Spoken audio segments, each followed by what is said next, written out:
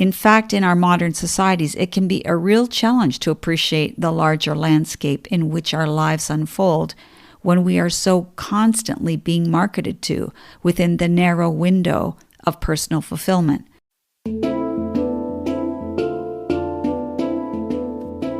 Welcome to NVC Life. I'm Rachelle Lamb, veteran NVC trainer and relationship coach, helping listeners navigate interpersonal conflict and ground more deeply into relational living.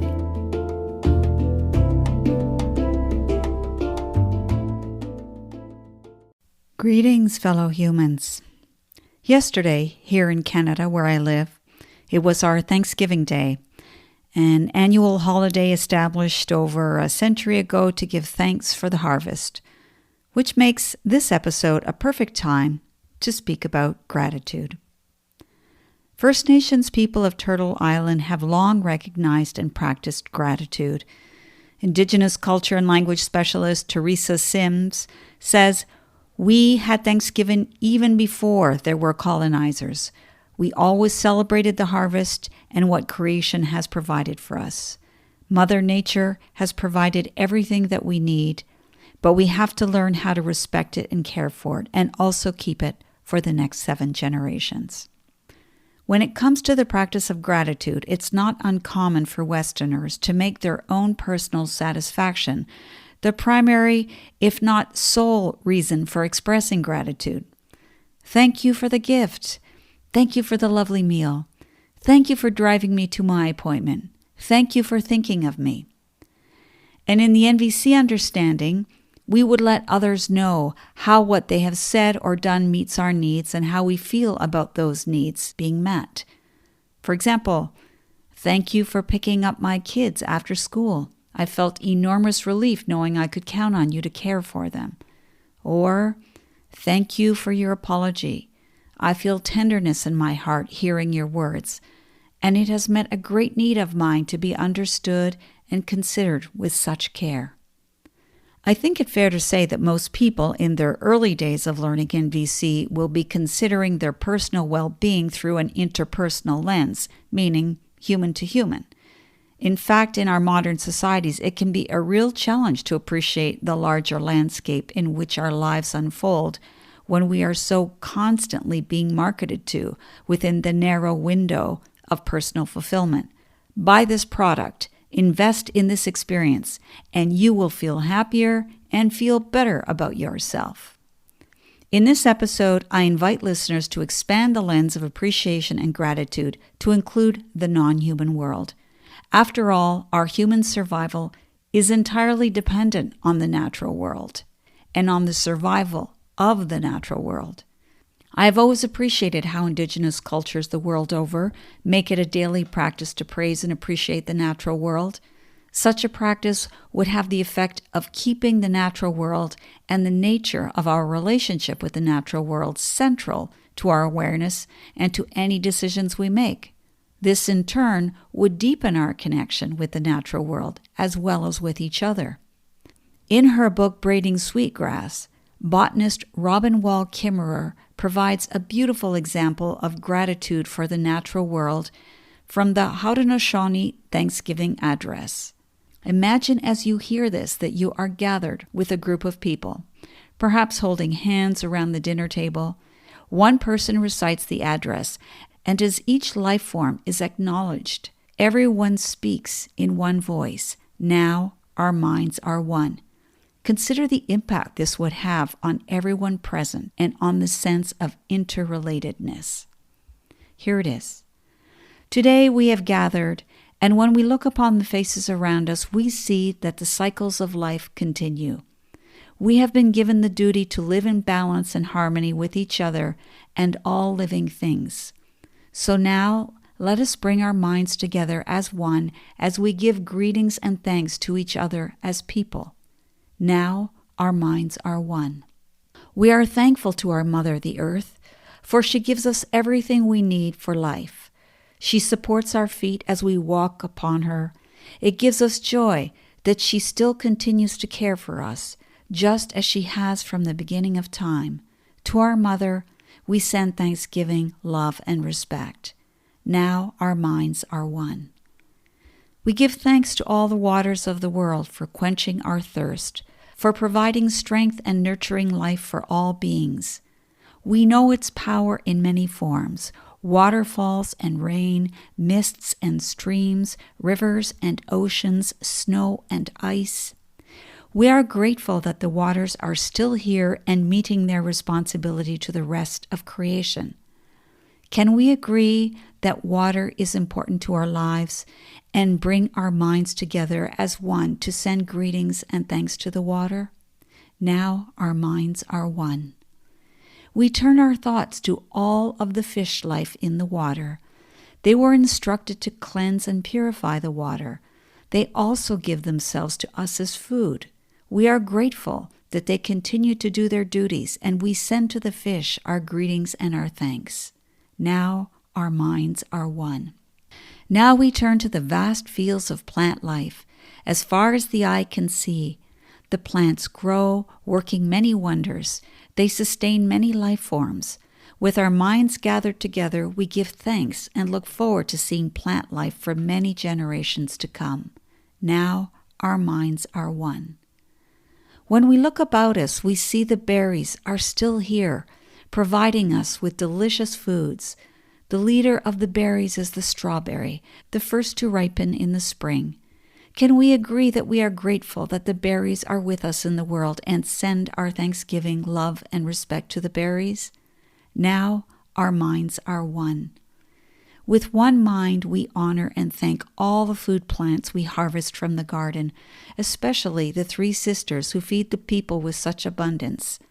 Since the beginning of time, the grains, vegetables, beans, and fruit have helped the people survive. Many other living things draw strength from them as well. We gather together in our minds all the plant foods and send them a greeting and thanks.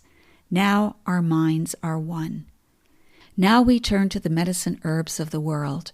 From the beginning, they were instructed to take away sickness. They are always waiting and ready to heal us. We are so happy that there are still among us those special few who remember how to use the plants for healing. With one mind, we send thanksgiving, love, and respect to the medicines and the keepers of the medicines. Now our minds are one. Standing around us, we see all the trees. The earth has many families of trees who each have their own instructions and uses. Some provide shelter and shade, others fruits and beauty, and many useful gifts. The maple is the leader of the trees, to recognize its gifts of sugar when the people need it most. Many peoples of the world recognize a tree as a symbol of peace and strength. With one mind, we greet and thank the tree life. Now our minds are one. We gather our minds together to send our greetings and thanks to all the beautiful animal life of the world who walk about with us. They have many things to teach us as people. We are grateful that they continue to share their lives with us and hope that it will always be so. Let us put our minds together as one and send our thanks to the animals. Now our minds are one. We put our minds together as one and thank all the birds who move and fly about over our heads. The Creator gave them the gift of beautiful songs. Each morning they greet the day and with their songs remind us to enjoy and appreciate life. The eagle was chosen to be their leader and to watch over the world. To all the birds, from the smallest to the largest, we send our joyful greetings and thanks. Now our minds are one. We are thankful for all the powers we know as the four winds. We hear their voices in the moving air as they refresh us and purify the air we breathe. They help to bring the change of seasons. From the four directions they come, bringing us messages and giving us strength. With one mind, we send our greetings and thanks to the four winds. Now our minds are one. We now turn to the west where our grandfathers, the thunder beings, live. With lightning and thundering voices, they bring with them the water that renews life. We bring our minds together as one to send greetings and thanks to our grandfathers, the thunderers. We now send greetings and thanks to our eldest brother, the sun. Each day without fail he travels the sky from east to west, bringing the light of a new day. He is the source of all the fires of life. With one mind, we send greetings and thanks to our brother, the sun. Now our minds are one. We put our minds together and give thanks to our oldest grandmother, the moon, who lights the nighttime sky.